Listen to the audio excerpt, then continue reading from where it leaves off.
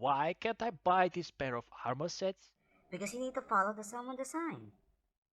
What sign? There is literally no sign over the price of this armor set. Well, then they're not for sale. If they aren't for sale, why display them in the first place? To attract business, of course. Ugh, this is going nowhere. Hi, I'm moving, and the guy over there is.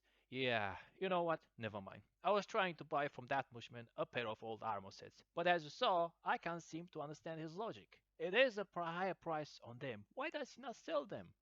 Gold is no problem in lore. Heck, most adventurers have 100 million gold. But we aren't here to talk about overpriced armors. You are here to know about the Dragon Riders, their origins, rise, and fall.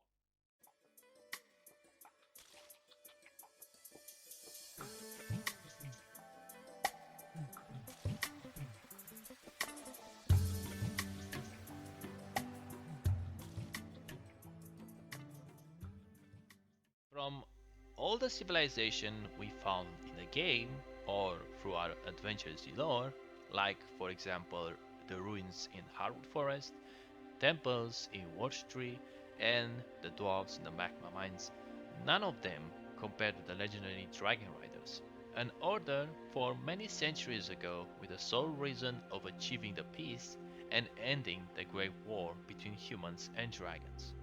The bigger question that's been bugging me is what exactly happened to such a great order to fall and disappear from history that no one seems to remember them anymore. Through my investigation, I came up with the conclusion that either they have revolted against their partners, meaning their dragons, been betrayed by them, or they have been exterminated by both factions. When I say factions, I'm referring to humans and dragons. We all know from past experience and the stories told by Galanoth I that dragons are evil and greedy creatures. But if that is the truth, then what do you make of the Dragon Riders? What did they do to earn the trust of these beasts and live up to their legends? To find out more about this, we'll have to go back in time. And to do that, we'll have to go through each four pieces of the puzzle missing from this story.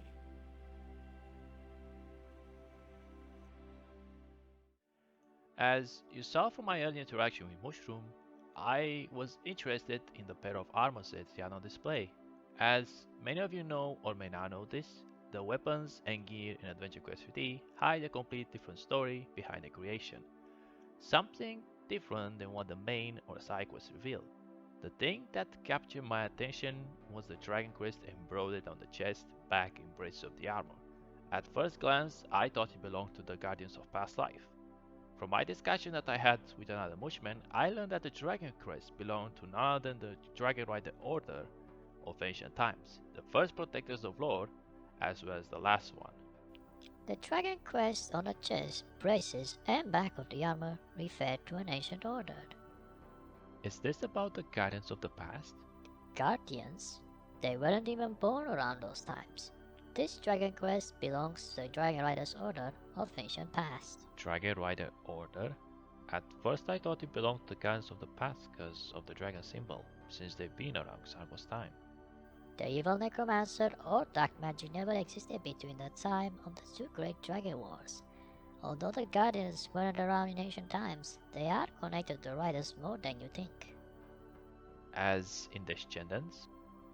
Close, but not. The Dragon Guardians, their higher-ups and leaders, are one of the lines that descended from the Riders. Then the other line would be the Dragon Slayers? Correct.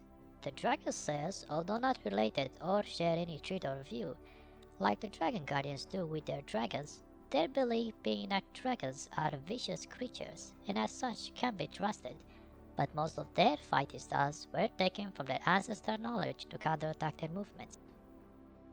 But what about the writer's origins? Do you know anything about it?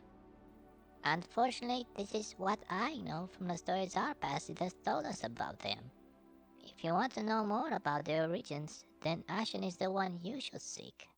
Interesting. So not only we've learned and confirmed the crest that it belonged to the Dragon Riders, but we also found out about their descendants. What a twist of events indeed. To think that their fall also contributed later in the founding of Battlon in some way, One another thing which is surprising is that the evil necromancer or dark magic never even existed in the time the Great Dragon Wars. Although we couldn't find anything on their origins, the next conversation that followed with the founder of the Riders more than enough make up for it. It all started around the time as dragons were settling Leafall, or what you adventurers call today as Ashfall. Leafall was our first and original home.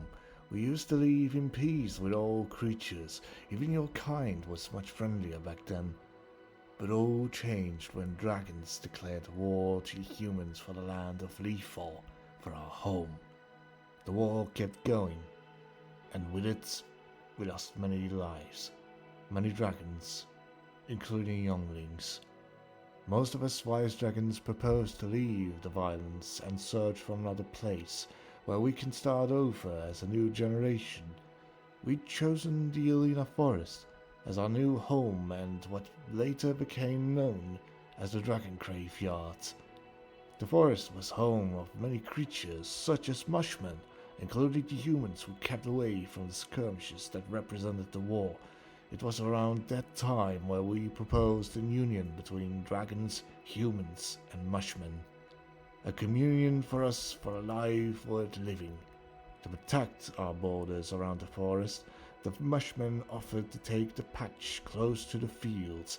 The humans chose to reside around the center of the forest, while we dragons had chosen to reside in the center. Alas, the time for us came to reinforce our strength. So, with the humans, we created the Order, or the Dragon Riders. Order? Just like the Dragon Slayer order from Ashfall? Not exactly. The Order at the time fought with us to protect our home and achieve the peace. The Order you know of today attempts to eradicate all dragons. Ashamedly. They are ironically the descendants of the Dragon Riders, the Dragon Guardians as well. If they're the descendants, then how come they end up in Ashfall? What made them change course? The pact was made. But what came after was the cataclysm of doubt. You can figure out how that concluded. Cataclysm of doubt. In some way, this relates to the conclusions I said in the beginning of this journey. But the question is, which?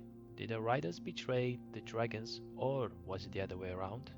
All good questions that have been left unanswered for many centuries. Or was it left with a good reason, kept hidden, so that it will never rise again? Sometimes, the best way to find out the truth is by listening to the past life of those who bear witness to it.